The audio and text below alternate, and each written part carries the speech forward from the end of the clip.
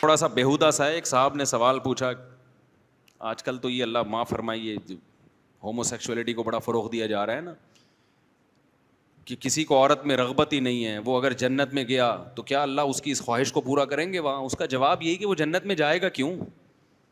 جنت پاکیزہ لوگوں کے لیے بنی ہے بھائی, جو نکاح کی رغبت رکھتے ہیں. لوط علیہ السلام کی قوم لڑکوں میں دلچسپی لے رہی تھی, تو کہاں گئے وہ؟ جنت میں گئے کیا؟ لوط علیہ السلام نے کہا ہا اولائی بناتی, قوم کی بیٹیاں, ان سے نکاح کرو. انہوں نے کہا ہمیں نکاح میں رغبت, بیوی میں رغبت نہیں ہے. قرآن کہتے ہیں ہم نے پوری قوم کو ایسے زمین سے اٹھا کے الٹا پٹخ کے ختم کر دیا. میں تو آپ سے بار بار کہتا ہوں, خوراک بھی پاکیزہ کھانے کی عادت ڈالو اچھی, جس کا اللہ نے جنت میں تذکرہ کیا ہے, تاکہ وہاں جاؤ تو ٹینشن نہ ہو. اللہ میاں نے جنت میں جن پھلوں کا تذکرہ کیا ہے نا, یہ وہی پھل ہیں جو انسانی صحت کے لیے انتہائی مفید ہیں, لذیذ بھی ہیں مفید بھی ہیں. تو دنیا ہی میں انہی کی عادت ڈال لو, اس سے صحت اچھی ہوگی, دنیا میں جنت کا مزہ آئے گا. انجیر ہے, زیتون ہے, کھجور ہے, اس کا اللہ تذکرہ کرتا ہے نا قرآن میں. کہیں سموسے کا پکوڑے کا ہے؟ جائز ہے سموسے پکوڑے کھا کے کوئی جہنم میں نہیں جائے گا, آپ کھا لیں. ویسے ہی ایک جنرل نالج کے لیے ایک بات کر رہا ہوں کہ اللہ میاں جن پھلوں کو, جن خوراکوں کو قرآن میں ہائی لائٹ کر رہے ہیں نا, ان کو فوکس کرو, نیچرل لائف کو فوکس کرو. انہی میں ایک چیز اکثر میں بتاتا رہتا ہوں کہ یہ ڈالڈے مالڈے چھوڑ کے فیٹ چربی پہ آ جاؤ جانوروں کی. بعض ڈاکٹر ایک دم بھڑک جاتے ہیں میری اس بات پہ کہ بھائی لوگوں کو چربی کھلا کے ہارٹ پیشنٹ بنا رہا ہے.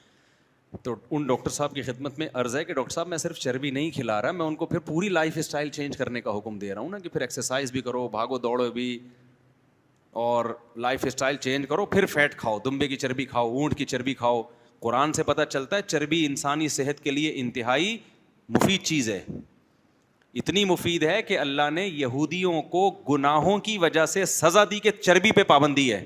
وحرمنا علیہم شحومہما, کہ گائے کی چربی, بیل کی چربی اور اونٹ کی چربی تم پہ کیا ہے؟ حرام ہے. اچھی چیزیں حرام کی جاتی ہیں سزا میں, یا سزا میں بری چیزوں کو حرام کیا جاتا ہے؟ کسی نے کوئی قتل کیا, حکومت نے سزا دی کہ آج کے بعد تو چرس نہیں پیے گا, اور اس سے چرس چھوٹ گئی, تو یہ سزا تھوڑی ہے, یہ تو فائدہ ہو گیا نا. یہودیوں کو اللہ نے کہا پورا گوشت کھا سکتے ہو, چربی کے قریب پٹکنے کی اجازت نہیں ہے, تمہاری بدعمالیاں ایسی ہیں چربی نہیں کھاؤ گے تم. اور ہم سے کوئی میرے بھائی ایسا یہودیوں والا گناہ بھی نہیں ہوا. ہم یوٹیوب دیکھ دیکھ کے اور پروپیگنڈے سے متاثر ہو کے ہم نے دیسی گھی کو بھی سائڈ پہ لگایا, دمبے کی چربی کو ایسے صاف کرواتے ہیں. ہمیں صاف ستھرا گوشت چاہیے, ٹھیک ہے نا, ذرا بھی اس پہ چربی نہیں آنی چاہیے, رواج نہیں آنا چاہیے اس پہ. صاف ستھرا گوشت لے جا کے اس آئل میں جا کے پکایا جس کا یہ بھی نہیں پتا یہ بلیچ سے صاف ہوا ہے یا اس میں سرف سے دھویا گیا ہے, اس کو کیا ہے یہ, وہ چمکتا دھمکتا آئل جو ہے نا ایسا, بس یہ بھی نہیں پتا یہ چمک کیوں رہا ہے اتنا, کیا ڈالا ہے اس کے اندر. میں نہیں کہہ رہا یہ آئل نقصان دیں, یہ ڈاکٹروں کا مسئلہ ہے, یہ آئل فائدے مند ہے کہ نقصان دے, لیکن میرے بھائی قدرتی چیزوں کا آلٹرنیٹ یہ بولو نہیں ہے. ایک مرغی وہ ہے جو اللہ کے مشورے پہ انڈا دیتی ہے, جو ہماری مرغیاں ہیں 8-10 انڈے دیں گی, اس کے بعد بیٹھ جائیں گی اس کے اوپر.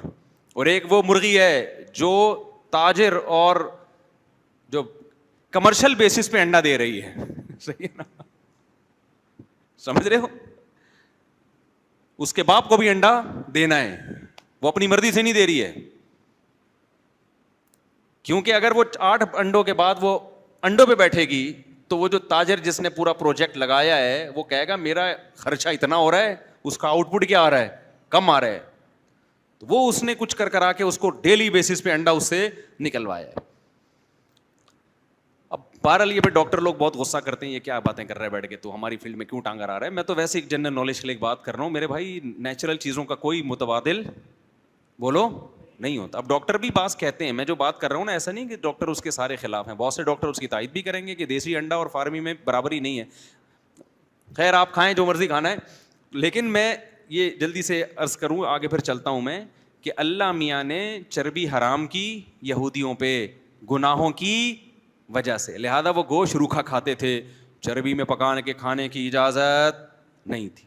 اس لیے آپ دیسی چیزوں پہ آ جاؤ ایک دفعہ, اور گھی می دیسی گھی اور ان چیزوں پہ آ جاؤ, اور ساتھ ساتھ ورزش بھی کرو. ایسا نہ ہو کہ بس ایک طرف سے تو آپ نے قرآن کو فالو کر لیا, اور دوسری والی باتیں جس میں جلدی سونا, بھاگنا دوڑنا, محنت کا حکم ہے, وہ والا جیسے میں بیان کرتا ہوں نا, 4 شادیوں والے بیان میں تھے, حقوق والے بیان میں اس دن شارٹ تھے. وہ شادیاں دھڑ دھڑ کر رہے ہیں, حقوق ادا نہیں کر رہے ہیں.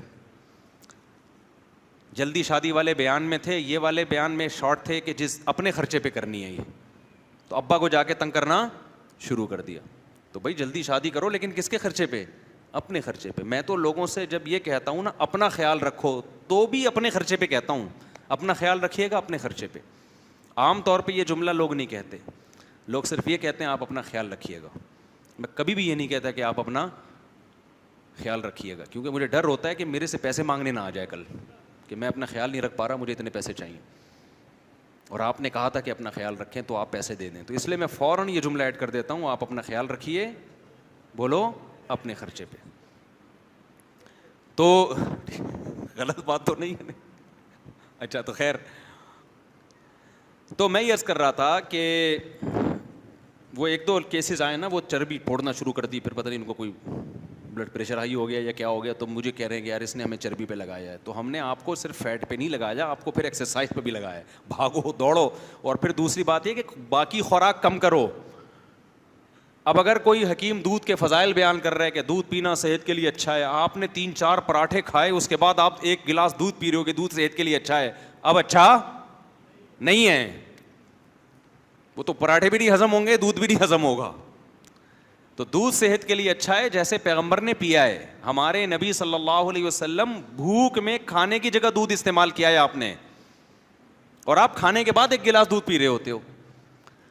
دیکھو ہمیں پیغمبر کی سیرت میں یہ ملتا ہے کہ جب بعض دفعہ ایسا ہوا, ہمیشہ نہیں, شدید بھوک لگ رہی ہے, شدید بھوک, تو حلب الشاۃ, یا اونٹنی کا دودھ نکالا یا بکری کا دودھ نکالا, اور اسی وقت تازہ تازہ بغیر بوائل آپ نے نوش فرمایا.